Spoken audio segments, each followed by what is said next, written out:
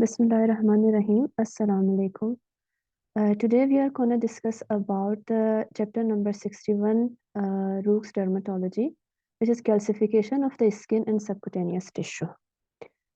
Before going into the detail of this chapter, सबसे पहले हम कैल्शियम की फिजियोलॉजी और उसकी पैथोलॉजी को डिस्कस करते हैं.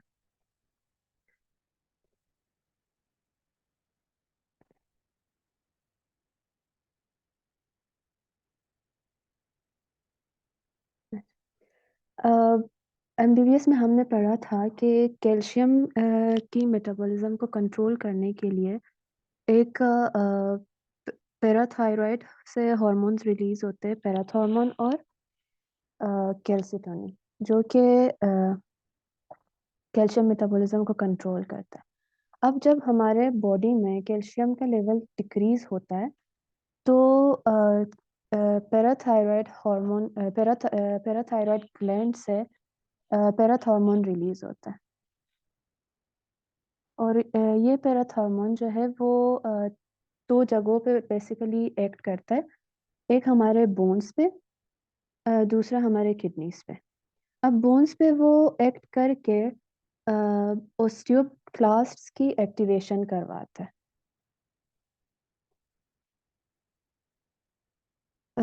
ओस्टियोक्लास्ट जो है बेसिकली जो इनिशियली फॉर्म में होता है वो प्रीकर्सर फॉर्म में होता है और वो कन्वर्ट हो जाता है मेच्योर ओस्टियोक्लास्ट में, जो कि हमारे बोन्स को ब्रेक डाउन करके कैल्शियम एंड फॉस्फेट को सीरम में रिलीज करवाता है, जिसकी वजह से हमारे सीरम में कैल्शियम लेवल इंक्रीज हो जाता है. ये तो हो गया हमारे बोन्स पे. किडनीज पे जो पैराथॉर्मोन है वो दो जगहों पे एक्ट करता है.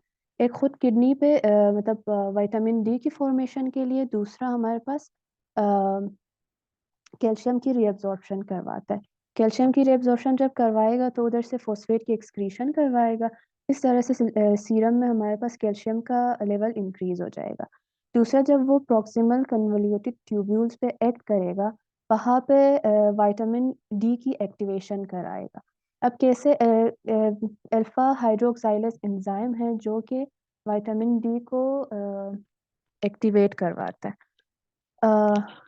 by converting 25 hydroxycholecalciferol into 125 dihydroxycholecalciferol. फिर यही कोलकैल्सिफेरॉल जो है वो जीआई म्यूकोजा पे एक्ट करके वहाँ से कैल्शियम की एब्जॉर्प्शन करवा देता है. कैल्शियम अलोंग विथ फॉस्फेट की एब्जॉर्प्शन करवा देता है. इस तरह से हमारे सीरम में कैल्शियम का लेवल बढ़ जाता है. ऑन द अदर हैंड जो कैल्सिटोनिन है जो कि थायराइड ग्लैंड से रिलीज होता है, वो एंटागोनिस्ट है पैराथॉर्मोन की.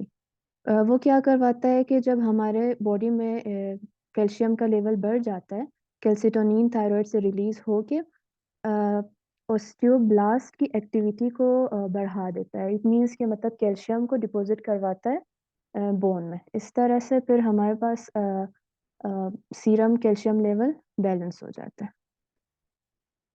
ये हो गया हमारे पास फिजियोलॉजी ऑफ कैल्शियम.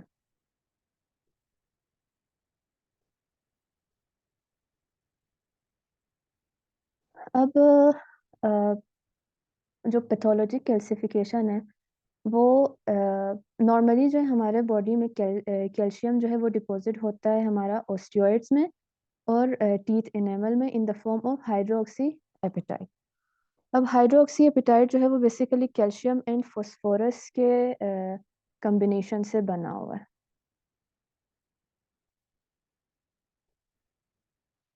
अब पैथोलॉजी कैल्सिफिकेशन कब बोलेंगे हम?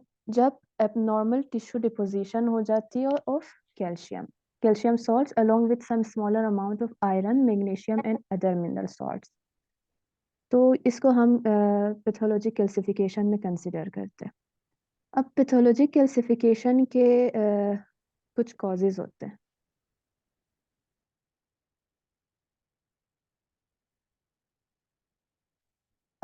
Increased parathyroid hormone which causes bone resorption. ये हमारे पास प्राइमरी हाइपर पैराथायरॉयडिज्म भी हो सकता है और सेकेंडरी हाइपरपैराथायरॉयडिज्म भी हो सकता है। Destruction of bones, any condition which causes destruction of bone like myeloma and leukemia can cause calcification. Vitamin D related disorders like intoxication, which I have discussed earlier कि vitamin D जो है GIT में act करता है और वहाँ से calcium की एब्जॉर्प्शन को इंक्रीज करवाते हैं। तो विटामिन डी की intoxication causes increase absorption of calcium. Renal failure, जिसमें हमने पढ़ा था कि विटामिन डी की एक्टिवेशन नहीं होती और on the other hand phosphate की एक्सक्रीशन नहीं होगी और कैल्शियम की रीअब्जॉर्प्शन नहीं होगी। तो रीनल फेलियर में फॉस्फेट रिटेंशन हो जाता है which causes raise parathyroid hormone और इंक्रीज कैल्शियम रीअब्जॉर्प्शन हो जाता है बोन से। अब पैथोलॉजिकल कैल्सिफिकेशन की दो टाइप्स है, डिस्ट्रोफिक एंड मेटास्टेटिक। जो डिस्ट्रोफिक है वो नाम से ही पता चल रहा है कि डिस्ट्रोफी मींस डेड टिश्यूज और डीजेनरेटेड टिश्यूज। ठीक है, तो डिस्ट्रोफिक कैल्सिफिकेशन अक्सर डेड एंड डीजेनरेटेड टिश्यूज में होता है। इसमें कोई अंडरलाइंग सिस्टेमिक डिजीज नहीं होता, विच मींस के calcium metabolism and serum calcium normal होगा हमारे पास। और ये जो है इसके कॉजेज में हम secondary, it can occur secondary to inflammation, infection, trauma, injection or infusion of calcium containing materials, tumors and genetic। ठीक है, अब ये चीज़ें हम फर्दर डिस्कस करेंगे आगे। जो मेटास्टैटिक कैल्सिफिकेशन है वो नॉर्मल टिश्यूज में होती है और नॉर्मल टिश्यूज में होगी तो ऑब्वियसली कोई पीछे हमारे पास सिस्टेमिक डिजीज है जिसकी वजह से नॉर्मल टिश्यूज में कैल्शियम की डिपोजिशन होती है। So calcium metabolism and serum calcium deranged होंगे और ये hyperparathyroidism, hyper vitaminosis D, milk alkali syndrome in conditions में होता है। और इसके अलावा it is a normal phenomena in old age. तो ओल्ड पीपल में भी हम देख सकते हैं कि उनके वेसल्स में कैल्सिफिकेशन होती है विच कॉजेज देन एथेरोस्क्लेरोसिस और बाकी जो स्कीमिया होता है। अब जो कैल्सिनोसिस क्यूटिस है वो उसके 4 सब टाइप्स हैं, dystrophic, metastatic, idiopathic and iatrogenic. Dystrophic का हमने डिस्कस किया कि लोकल टिश्यू इंजरी की वजह से होता है, इसमें serum calcium and phosphate normal होता है। एसोसिएटेड कंडीशंस इसमें कनेक्टिव टिश्यू डिजीजेस हो सकते हैं, पेनिकुलाइटिस, क्यूटेनियस न्यूप्लाज्म्स एंड इन्फेक्शंस हो सकते हैं। ठीक है, इन्फेक्शंस जो है इतना कॉमन नहीं है लेकिन फिर भी कॉज करवा सकता है और इसमें जो कॉमन इन्फेक्शंस है वो ऑन्कोसर्कियासिस या फिर सिस्टोसर्कोसिस है। मेटास्टेटिक कैल्सिफिकेशन में हमने बोला कि कोई एबनॉर्मल सिस्टेमिक डिजीज है जिसकी वजह से serum calcium and phosphate level raised होगा और इसका कॉज वही प्रेसिपिटेशन ऑफ कैल्शियम सॉल्ट्स होंगे in normal tissue. Associated diseases में हम क्रॉनिक रीनल फेलियर रख सकते हैं, hyper vitaminosis D, milk alkali syndrome and tumoral calcinosis. Milk alkali syndrome basically जो है वो it is characterised by excessive ingestion of any calcium containing food और antacids which leads to hypercalcemia and it causes renal failure, nephrocalcinosis, subcutaneous calcification, especially in periarticular tissue। और ट्यूमोरल calcinosis जो है it is deposition of calcific masses around major joints जैसे कि हिप्स, shoulders या elbows वगैरह के around होता है। इस ट्यूमोरल कैल्सिनोसिस में जो ओवरलाइंग स्किन है वो नॉर्मल होगा या फिर अल्सरेटेड भी मिल सकता है।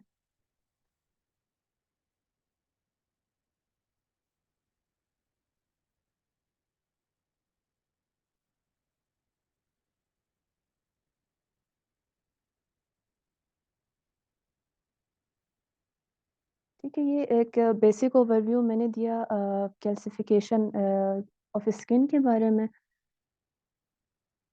अब जो है हम रूट्स की तरफ जाएंगे और रूट से हम पढ़ेंगे अपना।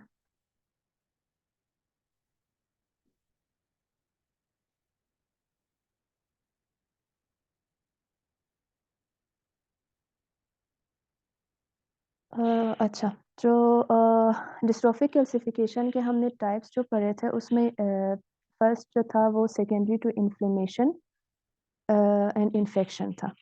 अब इन्फ्लेमेशन जो ये कंडीशन है इसमें हमने बोला कि कैल्शियम सीरम कैल्शियम और कैल्शियम मेटाबॉलिज्म नॉर्मल होगा हमारे पास, ठीक है। ये मेल टू फीमेल रेशो इसका अगर देखें तो फीमेल में प्रीडोमिनेंट है विद अ रेशो ऑफ 1:4, क्योंकि फीमेल्स में जो ऑटो इम्यून डिजीजेस है या इन्फ्लेमेटरी डिजीजेस है वो ज़्यादा कॉमन है, सो फीमेल प्रीडोमिनेंस है इसमें। और इसमें जो है मोस्ट कॉमन एसोसिएशन जो है वो चिल्ड्रन विद डर्मेटोमायोसाइटिस है या जुवेनाइल डर्मेटोमायोसाइटिस, जो कि 70% ऑफ केसेस में होता है, और adult with dermatomyositis 30% of cases में होता है।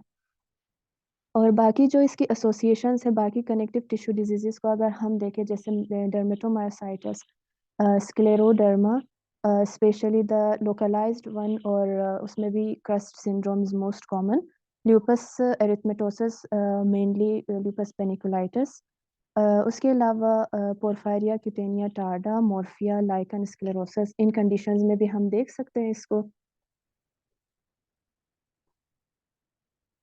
और इन्फेक्शंस का मैंने बताया कि इतना कॉमन नहीं है, लेकिन ऑन्कोसर्कियासिस एंड सिस्टिक सर्कोसिस में ये कैल्सिफिकेशन हो सकती है। उसके अलावा टीनिया सोलियम और हर्पेटिक इन्फेक्शंस में भी हम कैल्सिफिकेशन देख सकते हैं। इसकी हिस्टोपैथोलॉजी की अगर हम बात करें तो हिस्टोपैथोलॉजी सबसे पहले स्ट्रेन्स की अगर हम बात करें तो HNE स्ट्रेन में ये ब्लू नज़र आएगा, और वोनकोसा स्ट्रेन में ये कैल्सिफिकेशन जो की डिपोजिशन जो है वो ब्लैक नज़र आएगा। तो HNE में ब्लू, वोनकोसा में ब्लैक। और एपिडर्मिस का काइंड ऑफ नॉर्मल रहेगा। असल चीज़ जो हमारे पास है वो डर्मिस और सबक्यूटेनियस टिश्यू में होता है। डर्मिस में हम लोग देखें तो हमारे पास फाइन ग्रेन्यूल्स नज़र आएंगे, और सबक्यूटेनियस टिश्यू में हमारे पास large irregular masses of calcification नज़र आएंगे। उसके अलावा क्रॉनिक लिम्फोहिस्टियोसिटिक इन्फिल्ट्रेट्स भी नज़र आएंगे, और ट्रांस एलिमिनेशन ऑफ कैल्शियम भी होगा, लेकिन ये हमें हर कंडीशन में नहीं होता, ये सिर्फ हमारे पास डर्मेटोमायोसाइटिस और क्रेस्ट सिंड्रोम में होगा।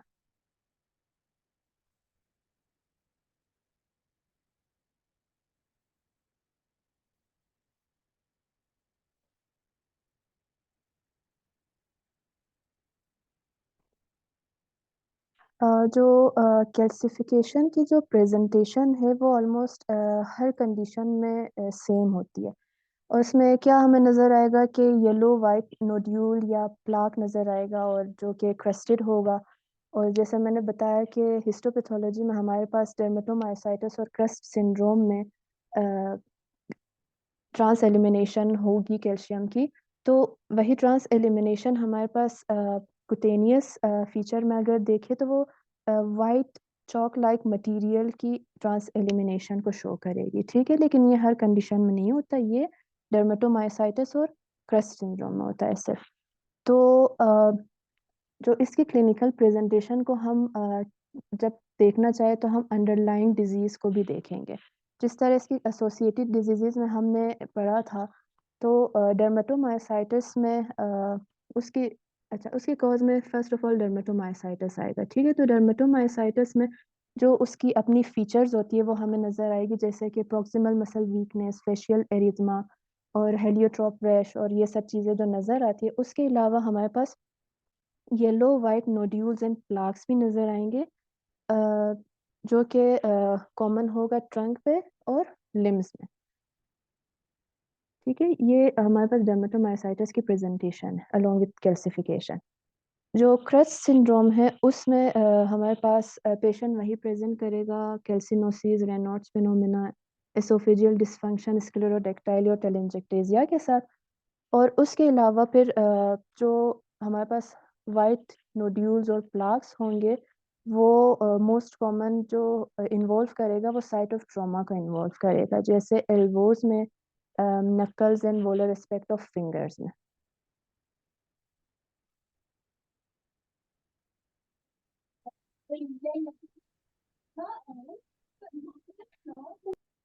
नेक्स्ट हमारे पास हमने एसोसिएटेड डिजीज़ में पोर्फायरिया क्यूटेनिया टार्डा पढ़ा था। उसमें उसकी जो अपनी फीचर है, जो पेशेंट प्रेजेंट करेगा, increase fragility on light exposed areas, specially on back of the hands and arms पे, और बुला पेनफुल बुला बनेंगे, हाइपर एंड हाइपोपिगमेंटेड स्कार्स बनेंगे, और स्कारिंग एलोपेशिया हाइपरट्राइकोस, जो मतलब पोर्फायरिया की अपनी फीचर्स है, उसके साथ पेशेंट प्रेजेंट करेगा। लेकिन और उसमें हमारे पास अल्सरेटिंग प्लाक भी बनेंगे, जो कि head and neck and dorsum of the hand पे ज़्यादा कॉमन होगा। और उसके बाद एसएलई और ल्यूपस एरिथमेटोसिस की अगर हम बात करें, ये इसमें जो है बेसिकली एसिम्टोमेटिक होता है, और जो नोड्यूल्स है वो सबक्यूटेनियस टिश्यू ऑफ बटक्स पे ज़्यादा कॉमन है।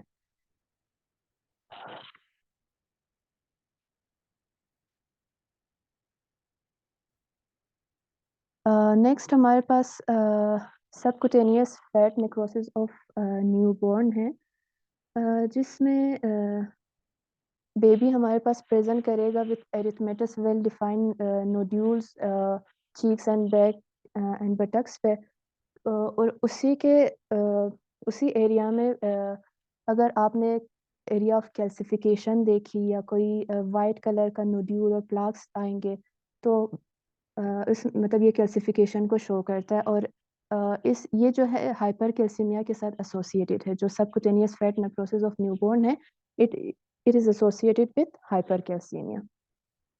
और इन्फेक्शंस की हमने बात की कि ऑन्कोसर्कियासिस और सिस्टिक जो है इसमें ज़्यादा कॉमन होता है। अच्छा, इसकी कॉम्प्लिकेशन की अगर हम बात करें तो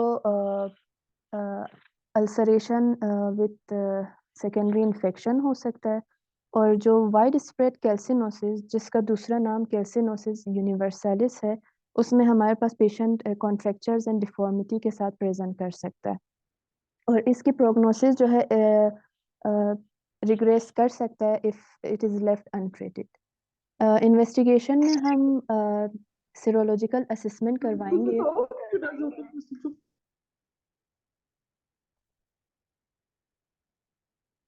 सीरोलॉजिकल असेसमेंट करवाएंगे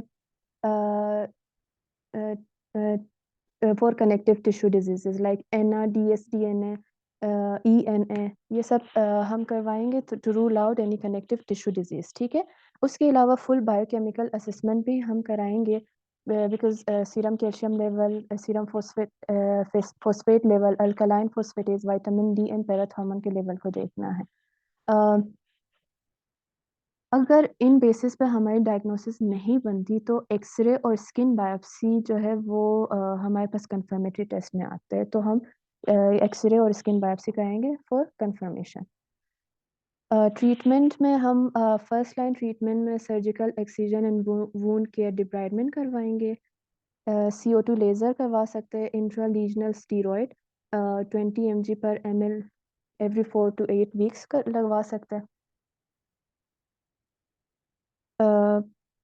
sodium in topical sodium thiosulphate 10% solution twice weekly, और intralesional sodium thiosulphate 0.1 ml of 25% solution लगा सकता है। अब ये सोडियम थायोसल्फेट जो है वो कैल्शियम चिलेटर है हमारे पास, और ये जो है कैल्सिफाइड वेसल वॉल्स को जो है हमारे पास वो डी कैल्सिफाई करता है। ठीक है, और ये जो है हमारे पास कैल्शियम सोडियम थायोसल्फेट जो है वो सोलुबल सॉल्ट्स बनाता है कैल्शियम थायोसल्फेट का, जो कि रीनल के थ्रू इजीली वो एक्सक्रीट आउट हो सकता है। सेकेंड लाइन ट्रीटमेंट में हम डिल्टियाज़म दे सकते हैं, bisphosphonates, aluminium hydroxide, minocycline and stem cell transplantation. Third line में हमारे पास colchicine, ceftriaxone, probenecid, warfarin and IVIG दे सकते हैं पेशेंट को।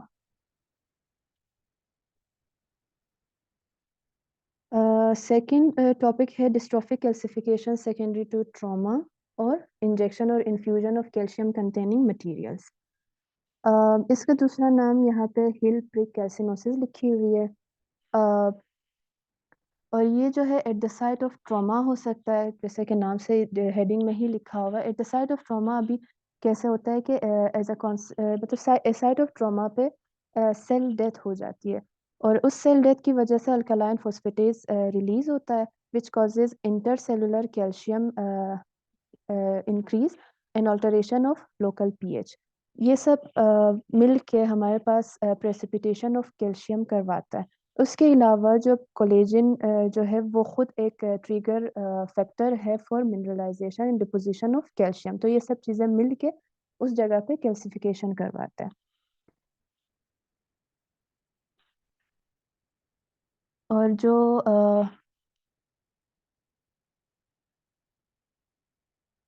Infusion of calcium containing material जो होता है, स्पेशली जो रीनल फेलियर के पेशेंट में हम लो मोलिकुलर वेट हेपरिन देते हैं, वो भी हमारे पास कैल्सिफिकेशन करवाता है इसी प्रोसेस के थ्रू कि वो इन्फ्लेमेशन और सेल डेथ करवा देता है, और ये सारा प्रोसेस जो है वो कैल्सिफिकेशन के प्रोसेस को इनिशिएट करवाता है और कैल्सिफिकेशन करवा देता है।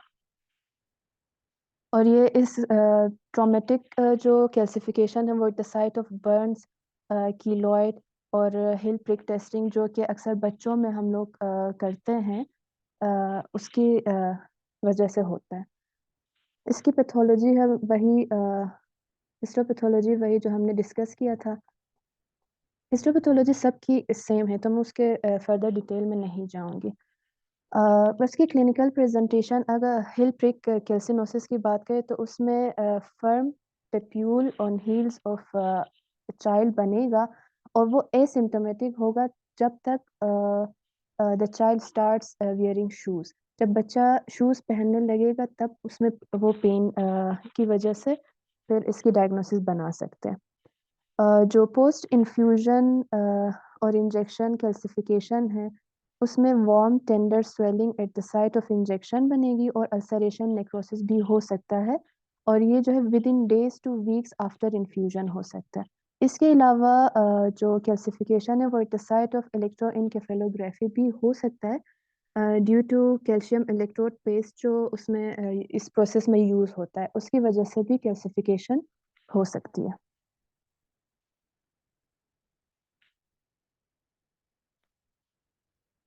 इन्वेस्टिगेशन में वही हम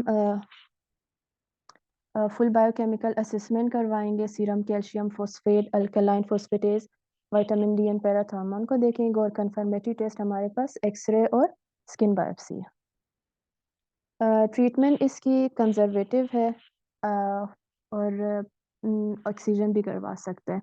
जो हील प्रिक कैल्सिनोसिस है वो इट रिजॉल्व्स विदाउट ट्रीटमेंट, और infusion calcinosis it will resolve once the culprit is stop.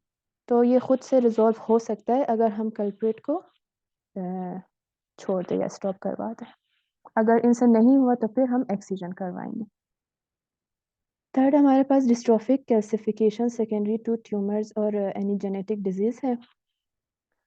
इसमें ट्यूमर्स में हम benign and malignant tumours of skin के बारे में बोल सकते हैं, जिसमें pilomatricoma is the most common one which is around 75% of cases. उसके अलावा बीसीसी, एपिडर्मोइड सिस्ट और पाइलर सिस्ट भी हम रख सकते हैं। जो जेनेटिक डिजीजेस है उसमें सूडोजेंथोमा इलास्टिकम रख सकते हैं, एहलर-डनलोस सिंड्रोम, वर्नर सिंड्रोम और Rothmund Thomson syndrome which are pre ageing syndromes.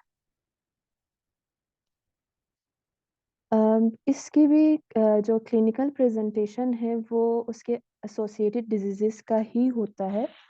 अ, उसके अलावा फिर हमारे पास कोई नोड्यूल वाइट कलर का बनेगा।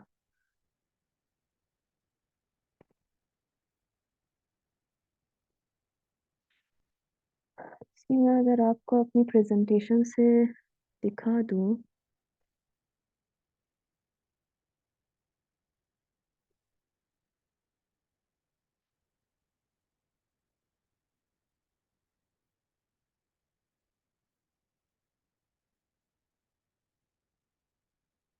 ये देखिए, जो पाइलोमेट्रिकोमा में मोबाइल हार्ट सबक्यूटेनियस पेप्यूल और नोड्यूल बनेगा, which becomes inflamed and tender, और इट मे परफोरेट, और वही trans elimination of white material होगी इसमें से।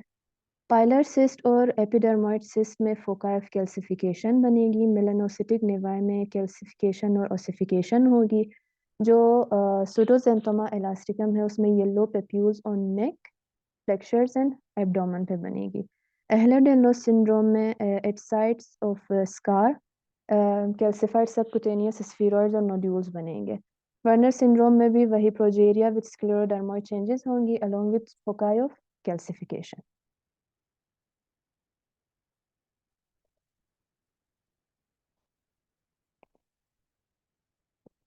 इसकी इन्वेस्टिगेशन में वही बायोप्सिस कंफर्मेटरी, और ट्रीटमेंट में हम एक्सीजन करवाएंगे। Next, idiopathic calcification of skin and subcutaneous tissue. Idiopathic का हमने उधर पहले डिस्कस किया था कि इसका कोई कॉज जो है नहीं पता, अननोन कॉज है, ठीक है। इसमें सबसे पहला जो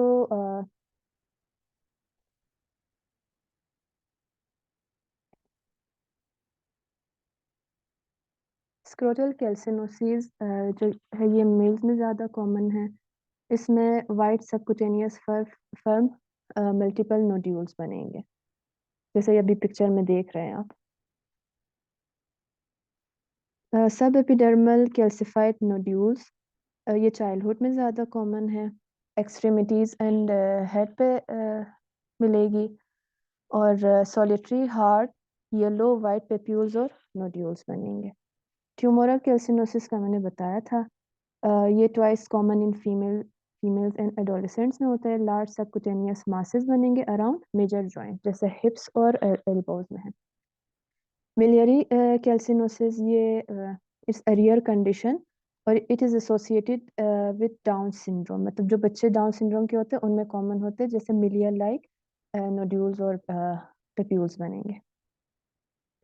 इडियोपैथिक कैल्सिनोसिस यूनिवर्सलिस, इसका बताया था कि वाइड स्प्रेड कैल्सिफिकेशन होती है, और ये कॉमन होता है डर्मेटोमायोसाइटिस।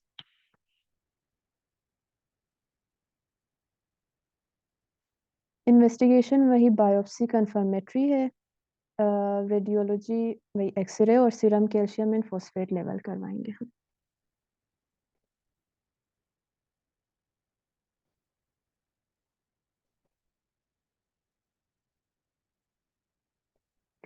और इसकी ट्रीटमेंट में एक्सीजन एक्सीजन करवा सकते हैं, और जो मिलियरी टाइप है वो उसकी स्पॉन्टेनियस रिजोल्यूशन हो जाती है, उसमें कोई ट्रीटमेंट की ज़रूरत नहीं है।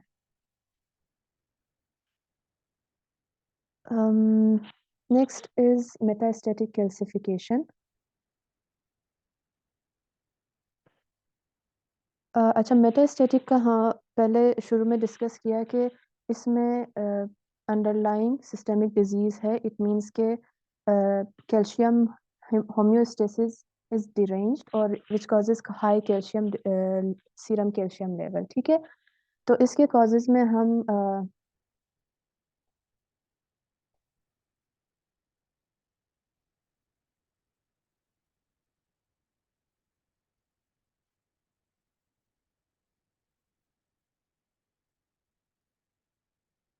Hyper parathyroidism, milk alkali syndrome, hypervitaminosis D, hyperphosphatemia, sarcoidosis, bone metastasis, vitamin D deficiency रख सकते हैं।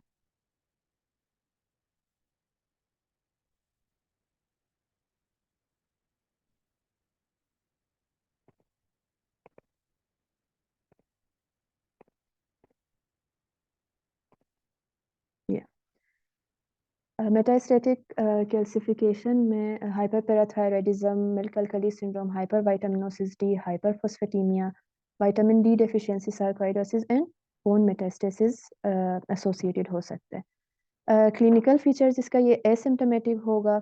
साइंस ऑफ हाइपर कैल्सीमिया हमें मिल सकती है, जैसे कि abdominal pain, renal failure, weakness, lethargy, headache, nausea, polyuria patient इन सिम्टम्स के साथ प्रेजेंट कर सकता है हमारे पास। एक्सटेंसिव मिलियरी कैल्सिफिकेशन जो है वो अक्सर उन कंडीशन मतलब hyperparathyroidism due to renal failure वाले पेशेंट्स में ज़्यादा होता है। इसकी प्रोग्नोसिस की अच्छा कॉम्प्लिकेशन इसका रीनल फेलियर है। Prognosis is resolves with correction of underlying cause, मतलब जो इसके एसोसिएटेड डिजीजेस है उसका अगर हम करेक्ट करें तो ये डिजीज़ हमारे पास रिजॉल्व हो सकता है। इन्वेस्टिगेशन बायोकेमिकल वर्कअप में वही हमारा सीरम कैल्शियम फॉस्फेट आएगा, रेडियोलॉजी में एक्सरे आएंगे और बायोप्सी करवा सकते हैं हम। ट्रीटमेंट में correction of underlying cause in surgical excision है। नेक्स्ट हमारे पास जो टॉपिक है वो जो मोस्ट इम्पॉर्टेंट टॉपिक है वो कैल्सिफाइलेक्सिस है, जिसका दूसरा नाम कैल्सिफिक यूरेमिक आर्टीरियोलोपैथी और कैल्सिफाइंग पेनिकुलाइटिस। सब कैल्सिफिक यूरेमिक आर्टीरियोलोपैथी क्यों क्यों कहते हैं? क्योंकि आर्टीरियोलोपैथी मीन्स ये आर्टरीज को इन्वॉल्व कर देता है, uremic which it is associated with renal disease और renal failure. It is a life-threatening thrombo-occlusive vasculopathy. Calcium deposits in skin and subcutaneous tissue within vessels and in surrounding tissues. It is seen in the setting of renal failure. Middle age में होता है और female predominance with the ratio of 4:1 होता है।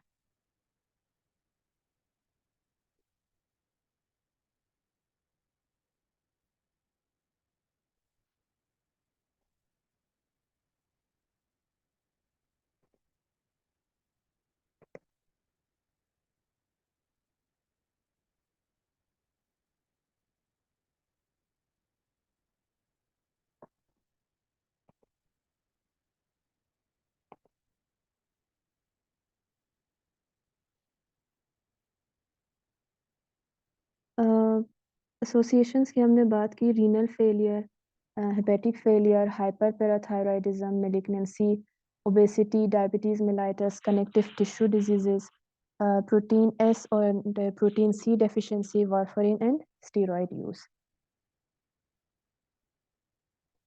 अच्छा, इसकी pathophysiology को जो रूट्स में मेंशन है उसको डिस्कस करने से पहले एक थोड़ा सा मैं बैकग्राउंड देना चाहती हूँ, फिर जो है इसकी पैथोफिजियोलॉजी इजीली समझ आएगी। जो हमारे बॉडी में है वो 3 natural inhibitor of calcification present है। First one is matrix Gla protein. It is produced basically bye chondrocytes and endothelium and इसकी प्रोडक्शन के लिए विटामिन के रिक्वायर्ड होता है एज अ कोफैक्टर, ठीक है। और विटामिन के होगी तो वाया गेमा कार्बोक्साइलेशन इसकी प्रोडक्शन होती है और ये एक्ट करेगा हमारे पास as a inhibitor of calcification. जो फेचविन ए है वो it is produced in liver और ये प्रोटीन है और it is basically a circulatory inhibitor of calcification. जो पायरोफॉस्फेट है वो इतना इम्पोर्टेंट नहीं है और ये है हमारे पास लोकल इनहिबिटर ऑफ कैल्सिफिकेशन। अब जो इस कैल्सिफाइलेक्सिस में जो स्मूथ मसल सेल्स है वेसल्स के खासकर वो हमारे पास कन्वर्ट हो जाते हैं इनटू ऑस्टियोब्लास्ट लाइक सेल्स, ठीक है। ऑस्टियोब्लास्ट लाइक सेल्स जो है वो फिर फर्दर जो है वो मतलब यही स्टेप जो है it is critical step in the development and progression of calciphylaxis. अब ये नेक्स्ट स्लाइड में मैं बताऊंगी कि ये कैसे होता है। जो ओस्टियोब्लास्ट के ऊपर हमारे पास रैंक लाइगेंड होता है और ओस्टियोक्लास्ट के ऊपर हमारे पास रैंक रिसेप्टर्स होते हैं। ओस्टियोब्लास्ट से जो है वो रैंक एल जो है वो रिलीज होके आगे रैंक रिसेप्टर्स। अच्छा, ओस्टियोक्लास्ट जो है दो फॉर्म में होता है, एक मेच्योर एंड इमेच्योर फॉर्म में, ठीक है। जो मेच्योर और इमेच्योर दोनों फॉर्म पे जो है हमारे पास ये रैंक रिसेप्टर प्रेजेंट होते हैं। ओस्टियोब्लास्ट से जो रैंक लाइगेंड्स है वो रिलीज होके इमेच्योर ओस्टियोक्लास्ट के रैंक रिसेप्टर्स पे आके अटैच हो जाते हैं और ये प्रीकर्सर होता है और ये कन्वर्ट कर देता है ऑस्टियोक्लास्ट को इनटू मैच्योर ऑस्टियोक्लास्ट, ठीक है। जिसके ऊपर मैंने बोला कि रैंक रिसेप्टर्स ऑलरेडी प्रेजेंट होते हैं और रैंक आके फिर वही मैच्योर ऑस्टियोक्लास्ट के रैंक रिसेप्टर्स पे अटैच होके उसको एक्टिवेट करवा देता है। मींस अभी जो है ऑस्टियोक्लास्ट एक्टिवेट हो गया। अब ऑस्टियोक्लास्ट जब एक्टिवेट हो गया वो जाके ट्रेफ 6 प्रोटीन के ऊपर एक्ट करता है और उसके बाद ये सारे हमारे पास प्रोटीन्स रिलीज होते हैं जो कि इम्पोर्टेंट नहीं है, इसको याद रखने की ज़रूरत नहीं है, लेकिन जो रूल्स में मेंशन है वो NF-kB है which is nuclear factor kappa B pathway. और ये जो है further it is involve in activation differentiation and proliferation of osteoclast, ठीक है। तो मतलब ये जब रिलीज होगा तो फर्दर ऑस्टियोक्लास्ट बनेंगे और वही बोन की रिजॉर्प्शन हो जाएगी, कैल्शियम की डिपोजिशन हो जाएगी और कैल्सिफिकेशन का प्रोसेस हमारे पास चलता जाएगा। ये है इसका बैकग्राउंड पैथोलॉजी। अब हम रूक्स की अगर अपनी पैथोफिजियोलॉजी की बात करें तो ये calciphylaxis is a multifactorial abnormalities in systemic calcium metabolism होती है। इसमें कोएगुलेशन एबनॉर्मेलिटीज भी होती है जो हमने डिस्कस किया था। Vitamin K is important for activation of matrix Gla protein, ठीक है। Receptor activator of nuclear factor kappa B जो कि मैंने बोला रैंक और रैंक लाइगेंड होता है और ऑस्टियोप्रोटोजेनेरिन ये बेसिकली एंटागोनिस्ट ऑफ रैंक होता है। Parathyroid hormone, corticosteroid, aluminium, liver disease, inflammations, ये सब जो है रैंक सिस्टम को एक्टिवेट कर देता है और वही सारा प्रोसीजर जो पीछे हमने पढ़ा था वो कंटिन्यू होता है। Matrix Gla protein and fetuin A, these are inhibitor of extra osseous calcification. Warfarin जो है it inhibits vitamin K dependent gamma carboxylation of matrix ग्ला प्रोटीन, ठीक है। मतलब वारफरिन जो पेशेंट्स में हम देते हैं वो विटामिन के को इनहिबिट कर देता है और जो मैट्रिक्स ग्ला प्रोटीन जो है वो नहीं बनेगा हमारे पास। ये पूरा जो है ये इसकी पैथोफिजियोलॉजी है। हिस्टोपैथोलॉजी में हमारे पास medial calcification, intimal fibroplasia, thrombosis of panicular arterioles with cutaneous necrosis, extravascular calcium deposits होती है, ठीक है।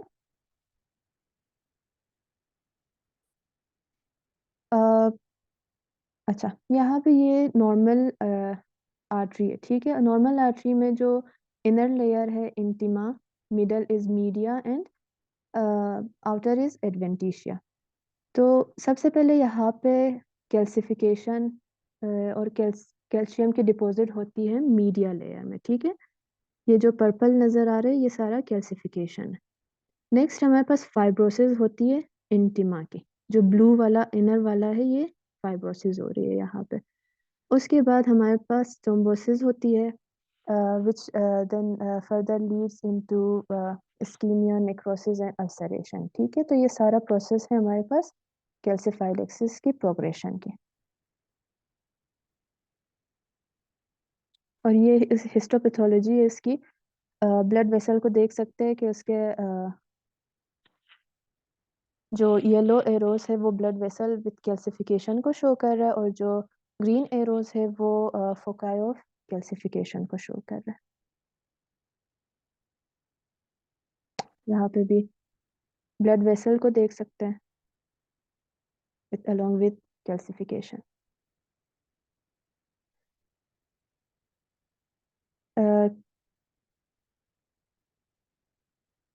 अच्छा, क्लिनिकल फीचर्स में it is a painful condition often purpuric, reticulate violaceous ulcerating necrotic calcified plaque and livido भी बन सकते हैं। livido basically less like pattern को कहते हैं जो कि मोस्टली लोअर लेग्स में आते हैं और it is evident of local vascular thrombosis.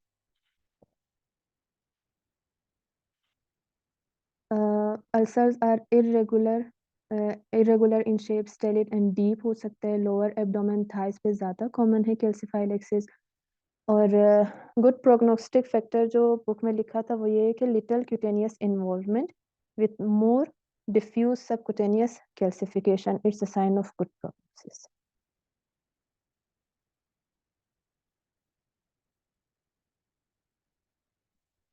इसकी डिफरेंशियल डायग्नोसिस में हम वेस्कुलाइटिस रख सकते हैं, hypertensive ulcer of Martorell, warfarin and heparin necrosis, pyoderma gangrenosum, necrotizing fasciitis. ये कुछ डिफरेंशिएटिंग पॉइंट है to differentiate the differential diagnosis. ठीक है, मैं सब कुछ तो याद रखने की ज़रूरत नहीं होगी, लेकिन जो कॉमन चीज़ें हैं वो age, site, associated disease and histology, ये चीज़ अगर याद रखेंगे तो इजीली डिफरेंशिएट कर सकते हैं। जैसे calcified axis, age more than 40, site is abdomen, thigh and lower leg, calcium homeostasis normal, mostly normal हो सकता है। एसोसिएटेड डिजीजेज में chronic renal failure, dialysis, hepatic failure, diabetes mellitus, और हिस्टोलॉजी में medial calcification, extravascular calcium deposits होंगे। Pyoderma gangrenosum any age में होता है, legs most commonly are involve, और associated with IBD, rheumatoid arthritis and heme malignancies। इसकी histopathology में non specific inflammation and necrosis and ulceration होती है। वारफरिन नेक्रोसिस में हमारे पास ये age more than 50, breast, hips, buttocks and thighs पे ज़्यादा कॉमन है। एसोसिएटेड डिजीजेज में प्रोटीन सी डेफिशिएंसी। हिस्टोलॉजी में fibrin, thrombi, small in small vein and venules होंगे। हाइपरटेंसिव अल्सर, ये age more than 55, most common on lower legs, associated with hypertension, नाम से ही पता है।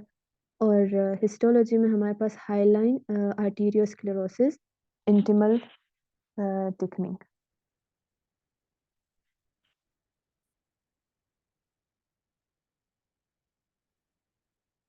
अच्छा, इसकी कॉम्प्लिकेशंस में सेप्टिसीमिया एंड रीनल इम्पेयरमेंट आ सकता है। और क्लासिफिकेशन ऑफ सिवियरिटी में जो है वो एज सच कोई ख़ास स्पेसिफिक चीज़ नहीं है कि इसको हम इसकी सिवियरिटी को हम क्लासिफाई कर सके, लेकिन patients with more obvious subcutaneous calcification without libido और नेक्रोसिस में है वो बिनाइन कोर्स। ठीक है, ये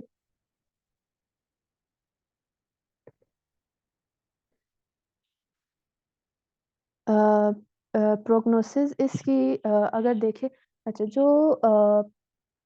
कैल्सिफिकेशन इंटरनल ऑर्गन्स की होती है इसमें, ठीक है, लेकिन कैल्सिफिकेशन के साथ साथ इंटरनल ऑर्गन्स की इस्केमिक प्रोसेस नहीं होती। जैसे स्किन में कैल्सिफिकेशन होती है तो इस्कीमिया एंड अल्सरेशन और नेक्रोसिस होती है, इंटरनल ऑर्गन्स की ऐसा नहीं है, सिर्फ वहाँ इंटरनल ऑर्गन्स की कैल्सिफिकेशन होती है। तो मतलब cardiac involvement, gastrointestinal, systemic arteries involvement होती है इसमें। मोर्टेलिटी अप टू 80% है। median survival rate is less than 3 months. Mortality is more than 60% even with treatment, मतलब इसकी मोर्टेलिटी ज़्यादा है। ठीक है, इवन अगर ट्रीटमेंट भी दे पेशेंट्स को, लेकिन मोर्टेलिटी ज़्यादा होगी। ये फोकाई ऑफ कैल्सिफिकेशन को शो कर रहे हैं यहाँ। इन्वेस्टिगेशंस में फुल बायोकेमिकल असेसमेंट करवाएंगे, serum calcium, serum phosphate, alkaline phosphatase, vitamin D and parathormone. Serology में हम blood sugar, HbA1c, LFTs, coagulation screen and culture for any secondary septicaemia करवाएंगे। कंफर्मेटरी टेस्ट इसका एक्सरे है, जो x-ray of soft tissue which shows net like pattern of calcification. अब skin biopsy पे जो है इस कैल्सिफाइड एक्सिस में हमारे पास कंट्रोवर्सी चल रही है। इवन दो ट्रॉमा में एग्रीवेट द डिजीज, तो डॉक्टर्स मतलब यही कहते हैं कि diagnosis should be made without any biopsy on clinical basis. लेकिन समटाइम्स डायग्नोसिस बनाना क्लिनिकल बेसिस पे मुश्किल हो जाता है, तो बायोप्सी की जब नीड अगर पड़ जाए तो single deep punch biopsy of an indurated plaque हम ले सकते हैं अबाउट 4 to 5 मिलीमीटर, ठीक है? मतलब एक सिंगल बायोप्सी लेनी है क्योंकि ट्रॉमा जो है कैल्सिफाइलेक्सिस को एग्रीवेट कर देता है।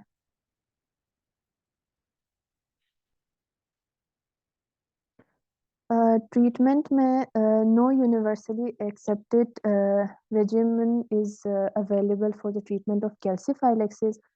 फर्स्ट लाइन में हम कैल्शियम लेवल्स को ही हम करेक्ट करेंगे, wound debridement, wound care, treatment of any underlying renal और hepatic disease, treatment of septicemia. Second line में हम आईवी सोडियम थायोसल्फेट देंगे पेशेंट को 25 gram thrice weekly. Cinacalcet भी दे सकते हैं पेशेंट को। Cinacalcet basically is a calcium माइमेटिक which reduces parathormone level.